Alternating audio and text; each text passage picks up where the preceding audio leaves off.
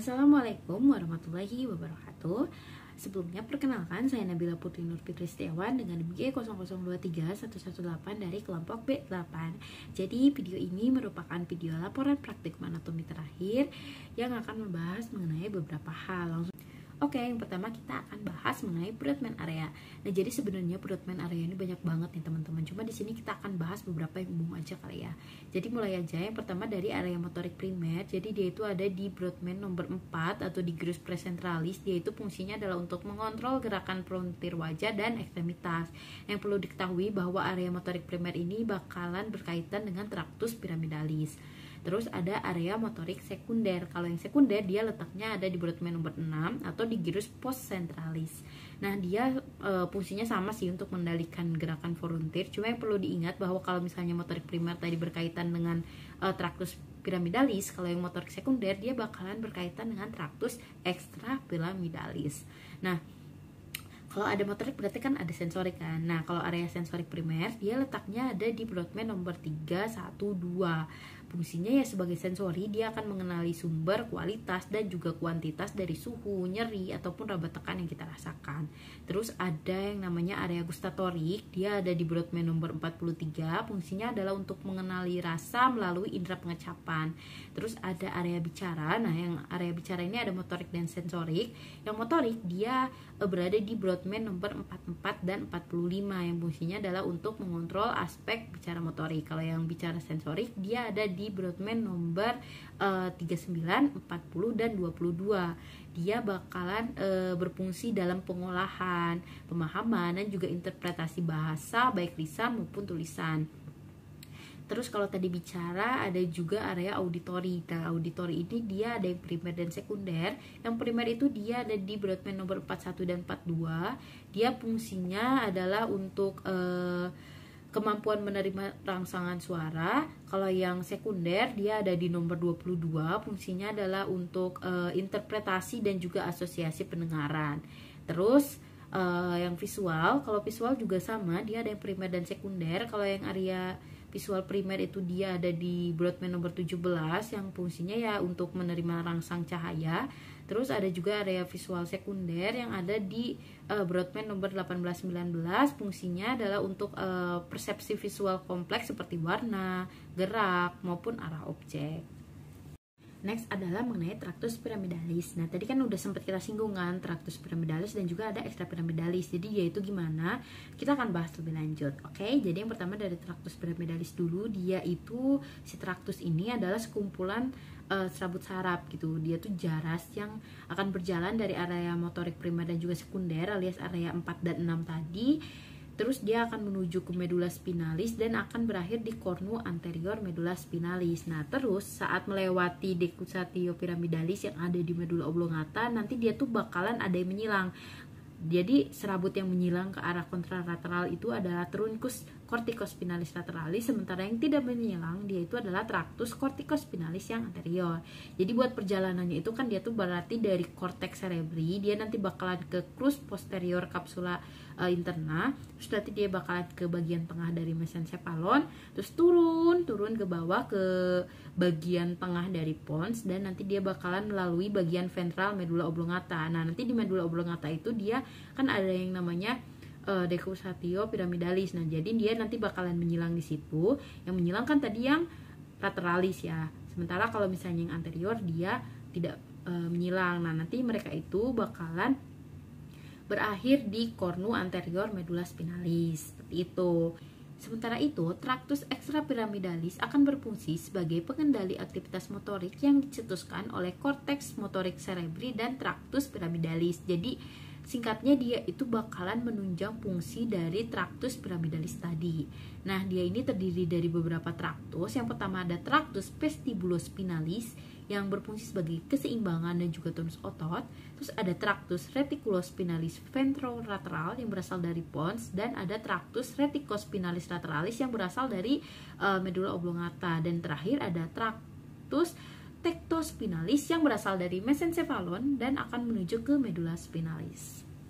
Lanjut ke nomor berikutnya, ke nomor 2A. Nah, di nomor ini kita akan bahas mengenai encephalon dan medula spinalis. Nah, Buat encephalon atau otak, dia itu terbagi menjadi 3 bagian. Jadi ada cerebrum, truncus cerebri, dan juga cerebellum. Kita bahas satu-satu, mulai dari cerebrum dulu. Jadi cerebrum atau kita sebut otak besar, dia itu merupakan bagian terbesar otak yang mana terdiri dari hemispherium cerebri dextra et sinistra yang nanti akan dihubungkan oleh corpus callosum. Nah, dia itu dipisahkan oleh viscera longitudinalis cerebri, yang mana si viscera ini ditempati sama valve cerebri. Nah, permukaan dari otak kita itu tidak halus ataupun rata, tapi dia bakalan membentuk lipatan yang berupa tonjolan yang disebut dengan gyrus cerebri, dan juga dia akan membentuk cekungan yang disebut dengan sulcus cerebri atau viscera cerebri. Nah, buat korteks dari cerebri ini sendiri dia terbagi menjadi 6 lobus ya. Jadi ada lobus frontalis, parietalis, temporalis, occipitalis, limbicus, dan insulae. Kalau lobus limbicus itu dia terutama tersusun atas gyrus cinguli dan juga gyrus parahipokampalis beserta dengan uncus, yang mana dia itu bakalan mengelilingi corpus callosum dan diencephalon. Terus kalau lobus insulae dia itu lobus yang terletak tersembunyi di dasar viscera lateralis cerebri, serta dia itu nanti bakalan tertutup oleh gyrus frontalis inferior. Nah, di sini ada gambar-gambar gyrusnya. Nah, ini tadi gyrus cinguli sama gyrus parahipokampalis yang tadi bagian dari lobus limbicus itu ya. Terus juga ada gyrus-gyrus dari lobus-lobus lain. Nah, selanjutnya ada sulcus dan juga viscera dari cerebri. Jadi yang pertama ada sulcus centralis atau disebut juga viscera lolandi, di mana dia ini letaknya ada di antara gyrus precentralis dan juga gyrus postcentralis, di mana dia ini bakalan memisahkan lobus frontalis dan parietalis. Yang kedua ada sulcus lateralis cerebri sylvie atau viscera sylvie. Dia akan memisahkan lobus temporalis dari lobus frontalis dan juga lobus parietalis. Terus ada sulcus parieto-occipitalis, dia akan memisahkan lobus parietalis dan juga lobus occipital. Dan ada sulcus calcarina nih. Sulcus calcarina ini dia bakalan berada di facies medial dari hemispherium cerebri. Dia itu akan berawal dari bawah ujung posterior corpus callosum hingga dengan ke porus occipital. Nah, tadi kan kita bahas area Brodmann. Nah, jadi di sini itu adalah banyak korteks visual primer. Jadi dia itu tadi di area Brodmann 17 gitu kan. Nah, terus ya teman-teman, kalau misalnya encephalon ini dibelah gitu, nanti tuh bakalan kelihatan perbedaan warnanya. Jadi kalau bagian korteks cerebri yang membentuk tepi luar cerebrum itu dia bakalan berwarna lebih gelap karena dia itu merupakan bagian substansia grisea yang mengandung miliaran neuron. Sementara pada bagian dalamnya dia itu bakalan berwarna lebih cerah yang disebut dengan substansia alba. Dia itu utamanya terdiri dari akson yang bermielin, dimana mielin ini dia itu mengandung lemak gitu, jadi dia emang warnanya lebih cerah dibandingkan substansia grisea tadi. Nah, substansia alba ini dia terdiri dari 3 tipe serabut. Yang pertama ada serabut commissura yang dia itu akan menghubungkan satu gyrus di satu hemispherium dengan gyrus yang sama di hemispherium sisi lainnya. Kalau yang kedua ada serabut asosiasi, dia itu akan menghubungkan antar gyrus pada hemispherium yang sama. Dan yang terakhir ada serabut proyeksi yang dia itu akan menghubungkan antara cerebrum dengan bagian bawah sistem saraf pusat yang berupa thalamus, truncus cerebri, dan juga medulla spinalis. Teman-teman harus tahu nih, ada yang disebut dengan ganglia basalis. Ganglia basalisnya apa sih? Jadi dia itu merupakan kelompok substansia grisea yang terletak di sentral hemispherium cerebri, lebih tepatnya ada di antara thalamus dan substansia alba hemispherium cerebri. Nah, dia ini tersusun atas nucleus caudatus, yang mana dia ini berbentuk lengkung dengan kaput di ujung anterior dan juga di posteriornya dia bakalan mengecil sebagai cauda atau ekor. Terus dia itu ada juga yang disebut dengan putamen dan globus pallidus. Nah, putamen dan globus pallidus ini akan membentuk nucleus lentiformis, sementara putamen dan nucleus caudatus tadi akan membentuk striatum. Terus striatum dan juga nucleus lentiformis itu akan membentuk corpus striatum dan pada akhirnya akan membentuk nucleus basalis. Terus ada juga yang disebut dengan claustrum nih teman-teman. Jadi dia itu kayak lamina grisea tipis yang ada di antara putamen dan insula. Terus ganglia basalis ini dia nanti bakalan menerima input dari korteks cerebri dan juga akan memberikan output kembali ke area motoris konteks cerebri melalui koneksi neural dengan nuklei di thalamus. Dan bagian terakhir dari cerebrum adalah diencephalon. Nah, bisa teman-teman lihat di gambar. Jadi ada beberapa bagian dari diencephalon itu. Jadi ada epitalamus, talamus, hipotalamus, dan subtalamus. Nah, kalau buat epitalamus itu dia letaknya ada di supraposterior talamus, yang mana dia ini terdiri dari glandula pinealis dan nucleus habenularis. Kalau misalnya glandula pinealis ini dia fungsinya untuk mensekresikan melatonin yang berfungsi untuk mengatur jam biologis, sementara nucleus habenularis itu dia berfungsi sebagai respon emosi terhadap pembauan. Kalau buat talamus, dia ini ada sepasang gitu loh, dia berbentuk oval, yang mana keduanya itu bakalan dihubungi oleh adhesio interthalamica namanya. Fungsi dari talamus ini dia menjadi relay hampir semua input sensoris ke korteks cerebri selain tractus spinocerebellaris dan juga nervus olfactorius, dan juga talamus ini berperan dalam fungsi motoris.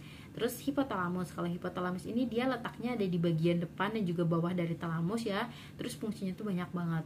Dia itu bakalan mengontrol dan juga integrasi dari aktivitas saraf otonom. Terus dia ini akan menghasilkan inhibiting dan juga releasing hormon. Terus juga dia menghasilkan NADH, oksitosin, dan lain-lain. Terus dia bakalan mengatur makan dan minum, mengatur suhu tubuh, mengatur siklus sirkadian, dan juga mengatur reproduksi, sistem imun, dan respon emosional.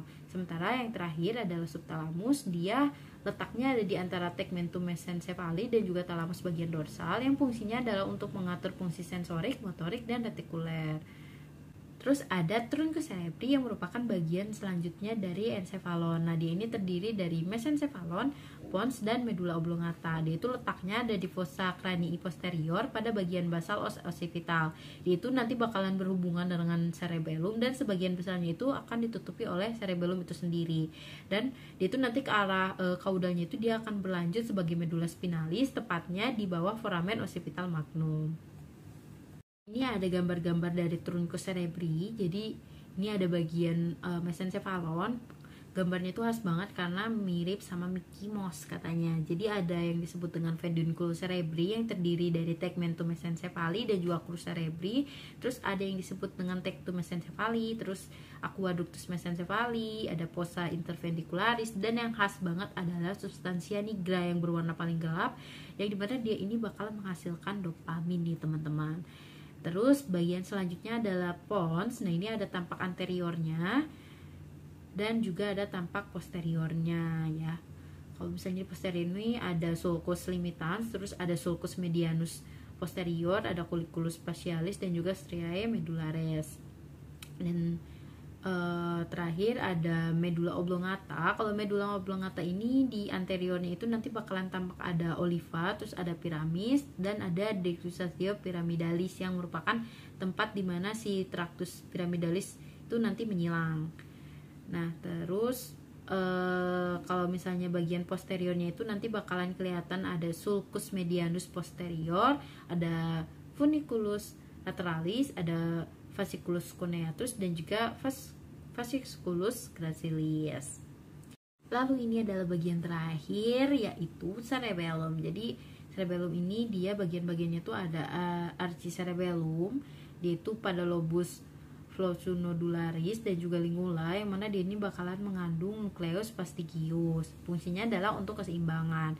Terus ada paleocerebellum, dia itu letaknya ada pada lobus anterior yang mengandung nucleus emboliformis dan juga nucleus globosus untuk tonus otot fungsinya. Terus ada juga neocerebellum, letaknya pada lobus posterior, yang mana dia ini mengandung nucleus dentatus yang berfungsi untuk kemampuan gerakan terampil dan juga berkoordinasi dengan cerebrum.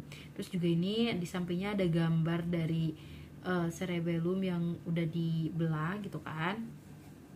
Dan lanjut ke medula spinalis. Nah, jadi medula spinalis ini dia merupakan sistem saraf pusat yang terdapat di kanalis vertebralis yang berbentuk silinder panjang. Dia itu lanjutan dari medula oblongata dan akan membentang ke kanalis vertebralis dan berakhir setinggi di antara diskus intervertebralis 1 sampai dengan vertebralis 2. Nah, pada orang dewasa itu ujung medula spinalis itu disebut dengan conus medullaris, yang dia itu letaknya ada di antara VL1 sampai dengan VL2. Tapi kalaupun dia berakhir di VL1 ataupun 2, si saccus duramantisnya itu akan berlanjut sampai dengan ke vertebralis sacralis, dimana si diameter dari ujung konus medularisnya itu akan berlanjut menjadi filum terminale. Nah, si filum terminal ini akan berjalan melewati sulcus duramantis dan menjadi ligamen koksigeal atau filum terminale externum. Nah, pada bagian bawah dari sulcus duramantisnya itu dari L1 sampai dengan L4 itu dia itu hanya akan mengandung radix saraf yang secara kolektif itu nanti bakalan disebut dengan cauda equina. Nah, terus si medula spinalis ini punya dua pembesaran yang disebut dengan intumescentia. Nah, dia itu ada intumescentia cervicalis, dia itu dari VC3 sampai dengan VTH2, dia itu maksimum pembesarannya ada di VC6. Terus ada juga intumescentia lumbalis, dia itu dari VTH10 sampai dengan ke VL2 dan maksimum pembesarannya itu ada di VTH12. Buat bagian dari si medula spinalisnya itu sendiri, dia itu ada substansia grisea dan juga alba. Jadi dia ini kebalikan dari si cerebrum tadi, soalnya yang griseanya itu di dalam sementara yang albanya di luar. Terus dia itu punya canalis centralis, terus ada fissura mediana anterior, fissura mediana posterior, terus ada sulcus medianus posterior, ada sulcus posterolaterales, ada cornulateralis, ada cornudorsalis, cornuventralis, terus ada radix posterior dan juga radix anterior. Nah, dia ini juga sama ya, punya pembungkusnya. Jadi ada durameter spinalis, terus nanti ada arachnoidea mater spinalis, terus ada septum medianum posterius, ada pia mater spinalis, dan juga dia ada ligamentum denticulatum. Lanjut ke nomor 2B, yaitu mengenai nervus cranialis dan juga tempat keluarnya. Nah, tempat keluarnya ini ada dua, ada yang di basis cranii dan juga ada di truncus cerebri. Nah, kalau misalnya yang di basis cranii, nervus 1 itu dia bakalan keluar di lamina crimbosa ossa ethmoidal, nervus 2 bakalan keluar di canalis opticus, nervus 3, 4, 5 cabang 1 atau ophthalmicus, dan juga nervus 6 bakalan keluar di fissura orbitalis superior. Terus kalau nervus maxillaris atau 5 cabang 2 itu bakalan keluar di foramen rotundum. Nervus medullaris atau nervus 5 cabang 3 bakalan keluar di foramen ovale, sementara nervus 7, 8 keluar di meatus acousticus internus, dan nervus 9, 10, 11 akan keluar di foramen jugulare, dan nervus 12 atau nervus hypoglossus akan keluar di canalis hypoglossal. Buat nervus cranialis yang keluar di truncus cerebri ini dia macam-macam gitu loh. Jadi ada yang keluar di mesencephalon, ada yang keluar di pons, dan juga medulla oblongata. Nah, ini ada tabelnya. Jadi kalau nervus 1 ini dia bakalan keluar di cortex olfactoris medialis dan juga lateralis di trigonum olfactoria. Terus kalau nervus 2 ini dia bakalan keluar di chiasma opticum. Nervus 3 dan 4 ini dia keluar di mesencephalon. Dia ini lebih tepatnya kalau misalnya yang 3 itu dia di sulcus oculomotorius pars medialis pedunculus cerebri di fossa interventricularis. Sementara nervus 4 itu ada di caudal colliculus inferior. Terus kalau misalnya yang 5, 6, 7, 8 dia ada di pons.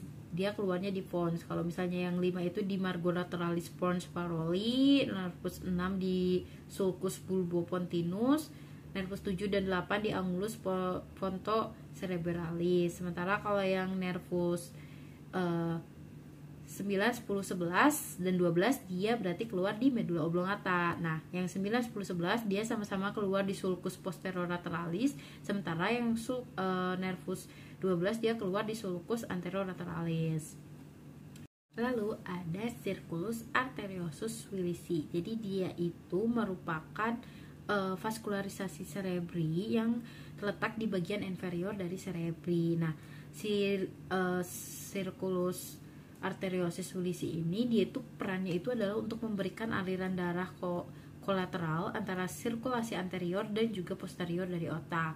Nah, dia ini nanti akan melindungi terhadap iskemia jika terjadi penyakit pembuluh darah ataupun kerusakan pada salah satu area atau lebih. Nah, dia ini terdiri dari apa aja? Yang pertama, dia ini terdiri dari arteri carotis interna pada bagian anteriornya yang akan bercabang menjadi arteri cerebri anterior dan juga arteri cerebri media. Terus juga nanti tuh bakalan ada 2 arteri vertebralis pada bagian posteriornya yang akan bersatu menjadi arteri basilaris. Terus dia tuh nanti bakalan memvaskularisasi truncus cerebri, kemudian akan bercabang nih, bakalan menjadi arteri cerebri yang posterior. Nah, terus si 2 arteri cerebri anterior itu akan dihubungkan oleh arteri communicans anterior, sementara arteri cerebri posterior dan juga arteri cerebri media akan dihubungkan oleh arteri communicans posterior. Kayak gitu. Bicara penglihatan. Nah, jadi gimana sih kita itu bisa melihat gitu kan? Ini nyambung lagi ke materi Brodmann tadi. Jadi nanti tuh kalau misalnya cahaya ditangkap sama si nervus opticus yang ada di basis cranii yang keluar di canalis opticus, itu nanti dia tuh jarasnya itu akan dibawa sama si tractus opticus yang kemudian akan menyilang di chiasma opticus. Nah, terus nanti tuh bakalan dibawa ke nucleus geniculatum lateral. Nah, kenapa geniculatum lateral? Karena nih fun fact-nya, kalau geniculatum medial itu dia untuk pendengaran, sementara yang lateral itu dia untuk penglihatan. Nah, terus nanti dari nukleus ini tuh dia tuh nanti bakalan dibawa oleh si radiatio optica ke visura calcarina yang ada di lobus occipital, yaitu si area Brodmann 17, yang mana area Brodmann 17 ini kan tadi fungsinya adalah area visual primer, sehingga nanti kita bakalan bisa mengimplementasikan apa yang kita lihat kayak gitu. Oke, jadi di sini kita akan bahas mengenai muskulus apa aja sih yang ada di mata kita. Jadi ada beberapa muskulus. Yang pertama ada muskulus levator palpebrae superioris, terus ada musculus obliquus, yaitu ada yang superior dan inferior, terus ada juga 4 musculus rectus, ada yang superior, inferior, medialis, serta lateralis. Nah, jelas dia fungsinya beda-beda ya. Jadi kita bahas satu-satu. Kalau buat yang levator palpebrae superioris, dia ini fungsinya adalah untuk mengangkat palpebrae yang superior. Nah, dia ini diinervasi sama nervus 3. Terus kalau musculus obliquus superior itu dia bakalan membantu dalam gerakan abduksi, depresi, dan juga rotasi medial. Nah, dia ini inervasinya oleh nervus 4. Jadi beda sama yang lainnya. Terus ada musculus obliquus inferior, dia ini gerakannya untuk abduksi, elevasi, dan juga rotasi lateral. Terus rectus superior, dia fungsinya untuk abduksi, buat elevasi, dan juga rotasi medial. Kalau rectus inferior itu untuk adduksi, depresi, dan juga rotasi lateral.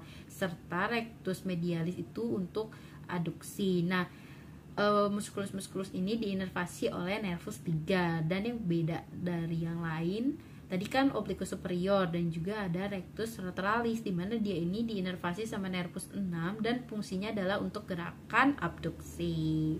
Terus ada simpatis dan parasimpatis. Jadi kita akan bahas mengenai perbedaan kedua hal ini. Pertama dari distribusinya dulu. Jadi kalau misalnya yang simpatis itu dia dari segmen torakolumbal, sementara parasimpatis itu dia segmen kraniosakral. Terus panjang aksonnya juga beda. Kalau yang simpatis itu neuron preganglioniknya itu aksonnya pendek, sementara postganglionik itu dia aksonnya panjang. Kalau misalnya yang parasimpatis itu kebalikannya, dia itu neuron preganglioniknya itu panjang, sementara postganglioniknya itu aksonnya pendek. Terus neurotransmitternya juga beda. Simpatis itu dia si preganglioniknya itu melepaskan asetilkolin, sementara si postganglioniknya ini melepaskan norepinefrin. Kalau misalnya parasimpatis, dia itu baik yang preganglionik dan juga postganglionik dia akan melepaskan asetilkolin. Terus efeknya juga beda ya. Kalau misalnya simpatis itu dia fight on flight, sementara parasimpatis itu dia rest and digest. Nah, ini ada tabelnya juga perbedaan si respon saraf dari simpatis dan parasimpatis. Misalnya pada pupil itu kalau simpatik itu dia bakalan melebar, sementara parasimpatik itu akan mengecil. Kelenjar ludah. Terus simpatik itu menurunkan produksi, sementara parasimpatis itu meningkatkan produksi dan lain sebagainya. Dan yang paling amat sangat terakhir adalah mengenai modalitas nervus cranialis. Nah, modalitasnya ini ada beberapa, jadi kita harus tahu dulu nih. Yang pertama ada General Somatic Afferent atau GSA yang merupakan persepsi raba, nyeri, dan juga suhu. Terus ada General Visceral Afferent atau GVA yang merupakan input sensorium dan viscera. Ada Special Afferent atau SA, dia itu merupakan penghidup, pengecapan, penglihatan, pendengaran, dan juga keseimbangan. Ada juga General Somatic Efferent atau GSE yang merupakan persarapan motorium menuju ke otot rangka dalam gerakan volunteer. Serta ada General Visceral Efferent atau GVE yang merupakan persarapan motorium menuju ke otot polos, otot jantung, dan glandulae. Dan terakhir adalah Special Visceral Efferent atau disingkatnya BE, yaitu persarapan motorium menuju ke otot rangka yang berasal dari mesoderma brachiomerisum. Nah, terus buat nervus cranialnya apa aja? Jadi kalau misalnya nervus olfactorius, dia itu aferennya ada SA. Terus kalau nervus opticus itu dia sama, aferennya ada SA juga. Nah, kalau yang nervus oculomotorius, dia itu komponen aferennya itu ada SA dan eferennya itu ada GSE dan juga GVE. Kalau yang nervus trochealis, dia itu eferennya ada GSE. Buat nervus trigeminus, aferennya ada GSA dan juga eferennya ada BE. Terus nervus abducens, dia eferennya ada GSE. Nervus facialis, dia aferennya ada GSA dan SA dan eferennya ada GVE dan juga BE. Dan nervus vestibulocochlearis, dia aferennya ada komponen SA. Terus nervus glossopharyngeus itu dia aferennya ada GVA, SA dan juga GSA. Buat eferennya dia GVE dan juga BE. Kalau nervus vagus dia sama kayak nervus glossopharyngeus, jadi aferennya ada GSA, GVA dan juga SA, sementara eferennya ada GVE dan juga BE. Terus nervus accessorius dia eferennya ada GSE, dan yang terakhir nervus hypoglossus dia eferennya ada GSE. Mungkin segitu aja. Sekian. Mohon maaf bila banyak kesalahan. Wassalamualaikum warahmatullahi wabarakatuh.